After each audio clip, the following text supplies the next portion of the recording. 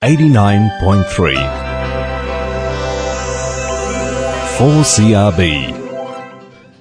And a very good morning to you. It's John Fradgley from the Bell Legal Group, back with you for another program of The Law and You this Tuesday morning.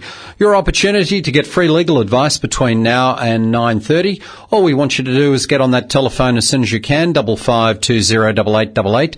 The number again, 55208888. And for those listening south of the Tweed River, don't forget you need to put 07 in front of the number. Otherwise you'll get straight through from throughout the rest of Queensland. And apologies for last week. I think for about the first 15 minutes of the program, we were having some fairly major phone problems. So we thought everyone was just out enjoying the sunshine, but it turned out that the phones were down and no one could ring through. But once the phones came back up again, of course, we got a flurry of calls in about that last 12 minutes of the program. So thank you to all those people who called in. We also had an email last week from Greg, who raised a query about when a court has approved a property settlement, can an ex-spouse make any claim against any financial success that may occur after the date, he said in his email, date of stamping, but I think he might mean the date the order is made. And I said that as far as I'm aware, that's not possible. The only question that I had related to appeals, and of course the other issue that I raised at that point too was non-disclosure. So I did check with my colleague Margaret Miller, who does a lot of work in the area of family law, and she confirmed my suspicions, and they are that the only grounds for an appeal where would be failure to disclose assets as part of the property settlement hearing, but that would be assets that are existing at the time. Although if you failed to disclose assets and then the order was set aside for failing to disclose assets during that time, I don't know what the implication would be of any gain subsequent to the order.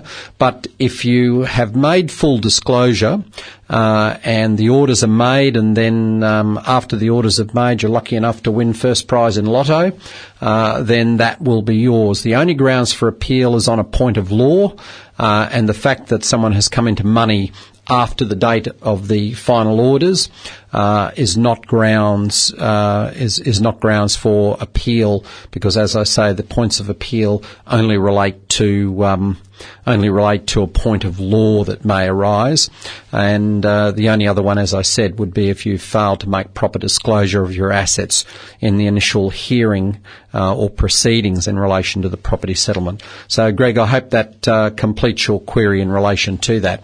55208888 is the number. The Law and You is the program. The lines are presently free, so if you want to get straight through with a question or a query, call us now, 55208888. And while we're waiting for some calls to come through, there were a few things that I wanted to talk about this morning. The first one related to road rage, and it arose out of an incident that I happened to see on the news this morning, of an unbelievable incident where a four-wheel drive chased a car through a service station and back out again, and then continued chasing the car, and ultimately they came back to the service station where the fellow in the four-wheel drive attacked the other vehicle with a tyre iron out of his car and did extensive damage to it. And of course the stupidity of that is that the fellow in the four-wheel drive is now up on dangerous driving charges, will probably, I would say very likely, lose his licence for a significant period of time. There's always the risk on a dangerous driving charge that you could end up going to jail. So the issue that it really raises is just the impatience of people. Everyone makes mistakes on the road. There's no question about it. I don't think there would be any driver out there listening today who could say they've never made a mistake in not seeing a car in another lane as they've gone to cross into that lane or something of that nature. And I think it's just beholden on us all to just sort of throttle off a little bit and try and just be a little more patient, particularly particularly with all the roadworks going on around the Gold Coast at the moment, up the M1 there behind Burleigh Heads and through Robina. But enough of that. We have our first caller on the line. Mary, good morning, Mary. How are you today? I'm very well, thank you. How can we help you today? I'm interested in probate for a will. Sure. Do you have to get probate for a will? No, you don't, Mary. Depending on what state you're in and depending on what assets are owned.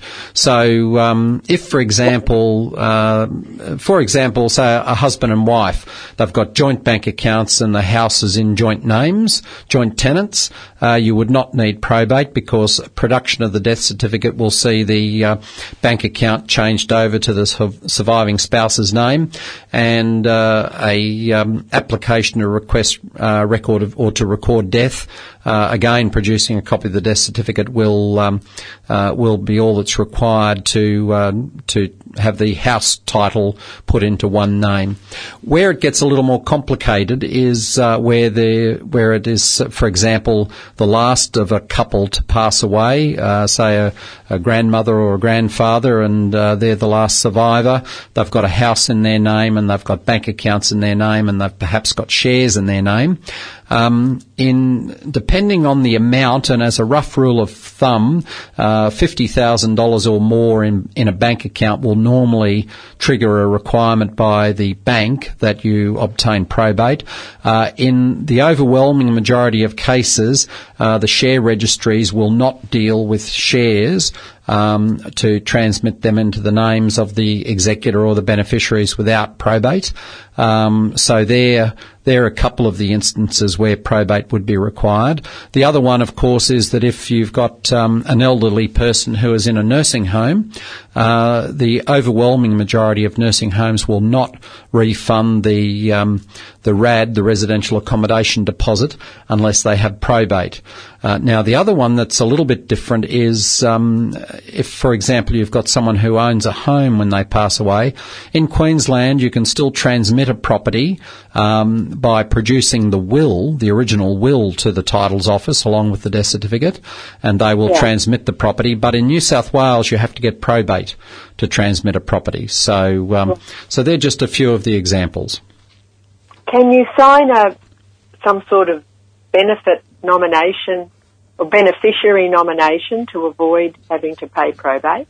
There's no payment of probate, so there's no probate duty. In the old days, death duties used to often be referred to as probate duty, so there's no probate duty as such. The only way that you can avoid the requirement for probate is if the assets are not in your name. So for one other one might be, for example, if you had a life insurance policy, and under the life insurance policy you yourself were nominated as the beneficiary and then you die, then probate of your will would be required to get the proceeds of the policy paid. But if you have a life policy and the beneficiary is, for example, your spouse, then again, all that's required is the death certificate and for the surviving spouse to lodge an application to the insurance company and they'll pay that out. But the only way you can nominate a beneficiary of assets, Mary, is by a will. Yes, I understand that. Are there seminars or something you can go to get your head around all this? I've made out a will. Right. But wondering if my estate will need probate when the time comes. Right. Well, as I say, it depends on your assets. So if you've got more than $50,000 in the bank, if you own some parcels of shares, then probate will be required. And if you're living in a retirement village in a nursing home, then more than likely probate will be required. So that's basically the rule of thumb for it. Right. All right then. Thank you. Okay, Mary, all the very best. Time on 4CRB is just moving along to 14 and a half minutes past 9 as we say a very good morning to Marie. G'day, Marie. How are you? I'm good, thank you. How are you, John? Very well indeed. How can I help you today? John, I'm just inquiring. I don't know if it will help speaking to you, but I'm just inquiring about a body corp. Sure. I'm chairperson for a body corp, and I've just learned, because we've got an AGM coming up and we've just put on the agenda that we're having the roof attended to. Right. And I mentioned it to the management, and they said that I'm glad you've told me now because we've got your money invested. And I said, no, because we did have money invested. And they said, no, they have it invested. And I just wondered, is that able for them? Because we don't get any interest off that investment. It's quite a lot of money too. Right, well, I can't see how that money could be invested and you not get the interest on it, because that money belongs to the body corporate. So if the management company seeks to invest it, the only basis upon which they might be able to do that would be if the terms of their management agreement say that if any funds they're holding they can invest and they get the interest on. But I would find that highly unusual. The only thing is, in investing the money, though, the body corporate very well may require a tax file number to do that. So there's probably a few. We do have a tax. Sorry, John. We do have a tax file number. Okay. Well, if that's the case, then I would be asking the body corporate managers on what basis they're investing the money and where the interest is going, because unless they can point to something in the management agreement, and even then I wonder whether that, if not legal, is morally correct. So it might even be worth an inquiry with the Office of the Body Corporate Commissioner. Oh, okay. Yes. Do you have that? Do you have that number at all? No, I don't, John. No. Okay. So the number for the Body Corporate Commissioner. You're in Queensland, are you? No, New South Wales. Oh, New South Wales. Oh, sorry. Just almost near. I'm just at Kingscliff. Yeah, no, that's fine. Yeah. Unfortunately, it wouldn't matter if you were on the south side of the Twin Town Services Club. You're still in New South Wales, and so unfortunately the number I was going to give you wouldn't apply. What I would suggest you do is ring the Office of Fair Trading in New South Wales. I'm just seeing if I've got their number. I thought I did have their number, but I don't seem to be able to find it here just at the moment. I can find it. But if you look up the number for the Office of Fair Trading New South Wales and give them a call, they would probably be able to tell you if there is the equivalent of a Body Corporate Commissioner's office in New South Wales who would be able to deal with that issue for you. Oh, okay. Yeah, it's quite a lot of money, John. It's quite a lot of money, and I didn't realise it was invested. We have got money invested because we had a lot of money, so I said invest some. And then when I mentioned where I had to put it on the agenda, and they said, oh, well, I'm glad you told me because that money's invested, and we have to have time to get it out. And I didn't know. We've got no money ever from that investment. So right, well, I'd certainly be inquiring about that because that certainly doesn't sound right. I thought it was in trust, John. I thought it was in trust. You just don't get it, you know. Yes. But no. All right. Thank you, John. Thank you for your time. All the very best. Bye now. And the time on 4CRB just keeps rolling along, 18 minutes past 9, as we say good morning to Sylvia. G'day, Sylvia. How are you today? I'm all good, thank you. And is that John? It is indeed. How can I help you today? I wonder, John, could you tell me at what age child is a parent responsible for their debts? At what age is a child responsible for? Is a parent? No, the parent is responsible for the child's debt. If a child, for example, goes to a shop and the shopkeeper allows them to have something on credit, I don't know that the parent is responsible for the debt. They may be morally responsible, depending on the circumstances, but I don't know that they're legally responsible. Right. Now, what about an adult? An adult child? Unless you've signed something to accept responsibility for the debt, you've signed a guarantee or something of that nature, then no, you don't have any responsibility. Oh, John, thank you very much. You have a good day. Okay then, Sylvia. All the very best. Thank you. Bye.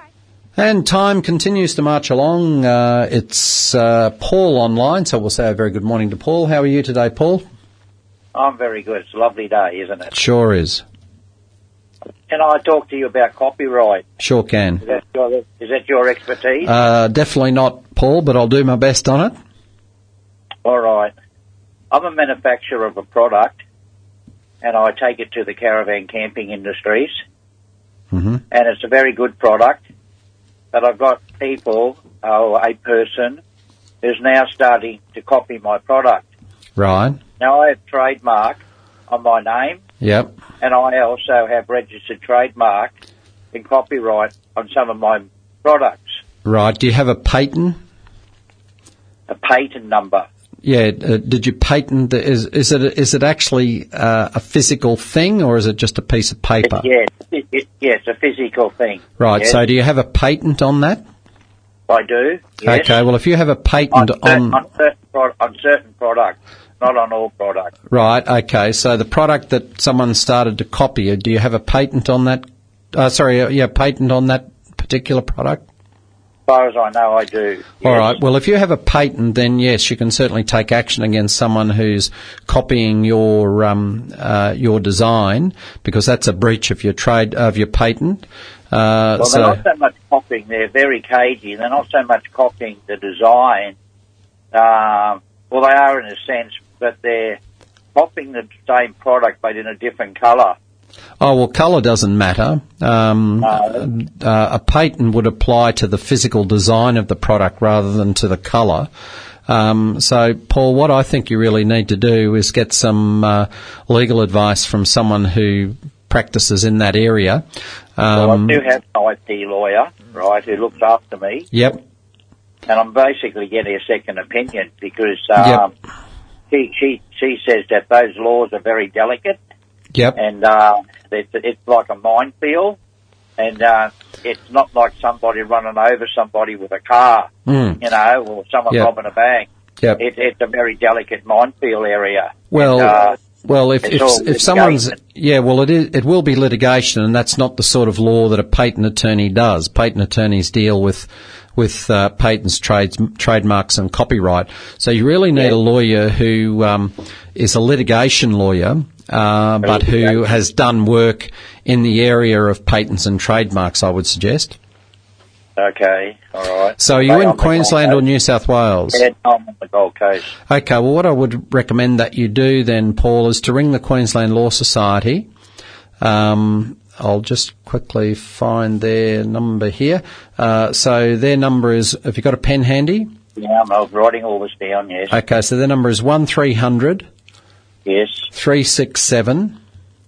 Yes. 757.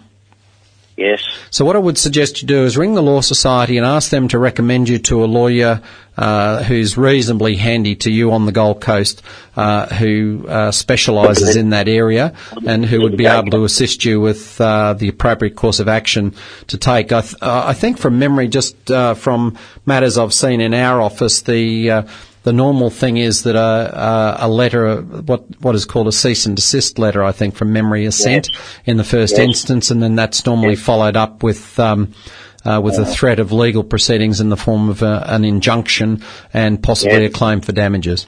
All right? Yeah, okay. Thank you kindly for your help. Paul, all the very best. And the time just continues to roll along. It's just coming up to 23 and a half minutes past 9 as we say a very good morning to Joanna. Hi, Joanna. How are you today? Oh, good morning. I'm well, thank you. That's good. I've got a question about wills. Sure.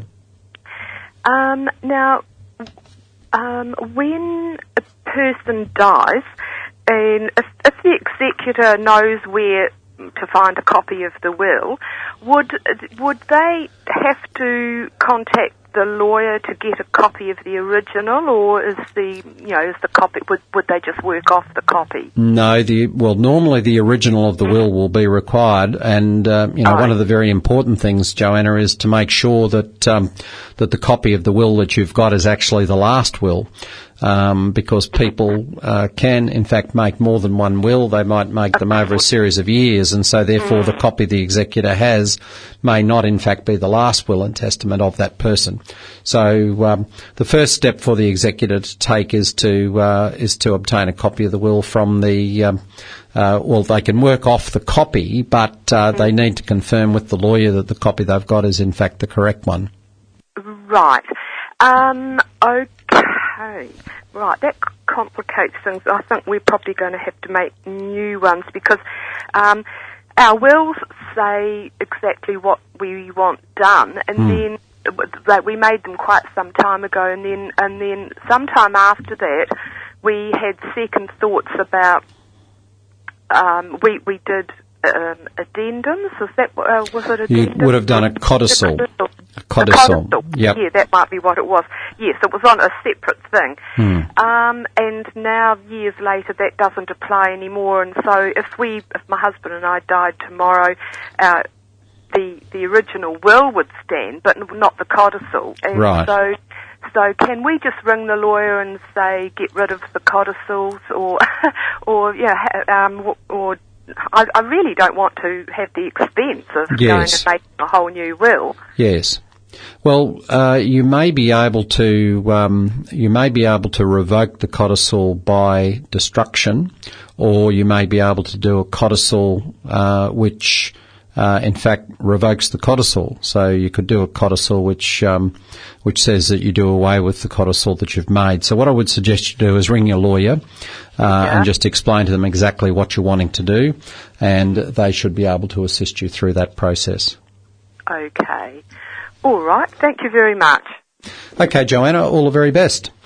And the time is just 26 minutes past 9. We'll be back after a couple of messages from our sponsors. Are you serious about losing weight? Vitadiet has been helping Australians lose weight and live healthier since 1987. All Vitadiet shakes, soups, bars and desserts are gluten-free, made in Australia, and have been perfected over 30 years. There is a Vitadiet eating plan, and yes, you do eat real food. Plus, use the Vitadiet ketone sticks to gauge your fat-burning performance. To find out how you could lose up to 3 kilos in your first week, visit vitadiet.com.au for your local pharmacy or call 1300 Shakes. Vitadiet. Time to try it. Our sponsor.